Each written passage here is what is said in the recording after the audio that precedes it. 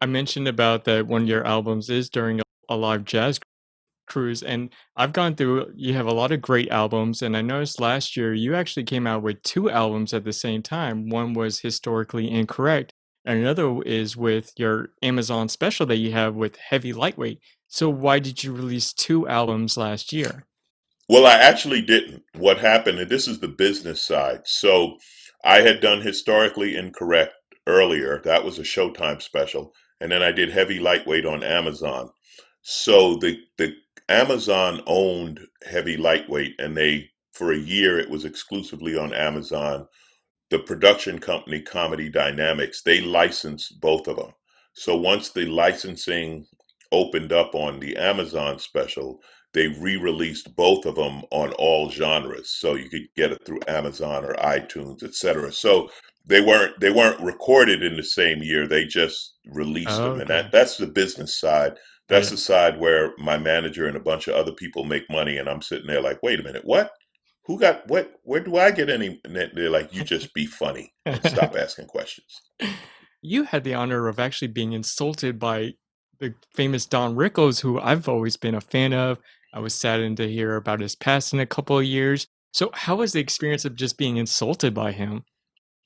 Absolutely legendary, and it's something I will always remember. The video, if you go to alonzobodden.com, the video is on my website and my YouTube. So what happened? I was at Just for Laughs in Montreal, biggest comedy festival in the world, which is phenomenal. And he was hosting one of the galas. And I found out he actually asked for me to be on the gala he was hosting. Like he looked at a bunch of comics. So that in itself is an honor, right? That Rickles finds you funny. And we're sitting backstage, and he just started laying into me. And to get insulted by Don Rickles as a comic, as anybody, but particularly as a comic, you can't do anything but sit there and laugh and Oh, yeah. absolutely love it. It's like, Alonzo, that's good. You took a white man's name, so when the cops come, you say you didn't do it. And they're old jokes, but it's Rickles Oh, doing yeah. it. And yeah, there's nothing like that. That is something you remember for the rest of your life as a comedian. I would say, like, after his passing, like, for the next couple of days, I was just going through a lot of YouTube videos of just him, like, he was always the guest on The Tonight Show or all the late talk shows. And I mean, even at the very old age, he was just hilarious. I was I've been lucky enough to have worked with some of the legends. I got to work with Rickles.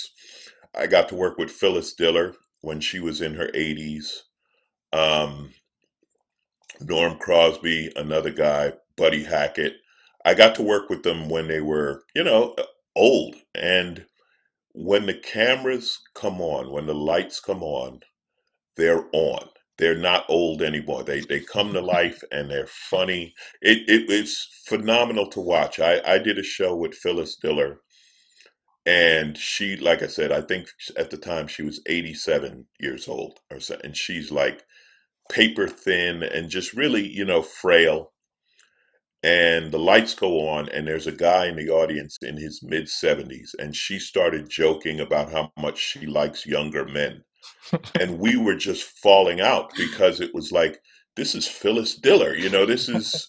She's not 87 anymore. She's in her prime. She's bang, bang, bang, bang. Oh, yeah. And you just watch, and then you think about these people have been funny for 50 or 60 years. They've been funny. You know what I mean? And like Phyllis, the amazing thing about her, she was the only woman when she did it, even before Joan Rivers, Phyllis Diller was up there with, like we talked about Rickles and Milton Berle and those guys, you know, she was the only woman in the business, and she held her own with all of them. Fantastic. So yeah, I was lucky enough to have worked with some of the legends.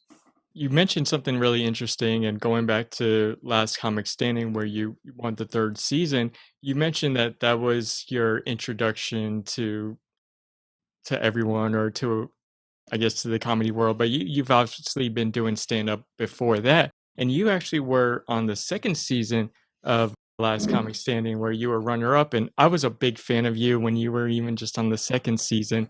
So I'm curious, what you do differently from the second season that you had wanting on the third season. I was robbed. I was robbed by John Heffron. I'm kidding. I'm lucky enough to have gotten a second chance in a reality show. That doesn't happen often, but Yeah. they, when the way they scheduled season three and brought us back for like the best of, it was my second chance. And I call it my introduction to America because we were on in prime time on TV. Now, I talked earlier about all these different genres, and we do. We have all of these different things, YouTube and Pandora and you name it. But there's still nothing as big as network television. Millions and millions of people watch network television. So being on NBC in prime time, more people saw me in that period than were going to see me anywhere else. So that's why I called it my introduction to America.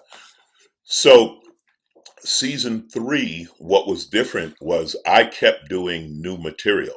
Now this is Joel. You're a younger man. I don't know if you know. This was before social media. This was in a time we joke about it. We had thousands of MySpace friends. Wow. Social media was just in its infancy back then. Yeah. So I had a friend, and she would watch they used to have forums. Each show had a forum, and fans would go in, and she said, "I don't want you reading any of that. I don't want that getting in your head. You just do your shows." Yeah. And she told me, she said, "What people love about you is you never repeat a joke. You always do new material." Oh yeah. So during season three, and I love this. I would start on Thursday. I'd be on the road and I'd be writing and coming up with new stuff, reading the news, and then on the following Tuesday, I would do jokes about stuff that had happened that week.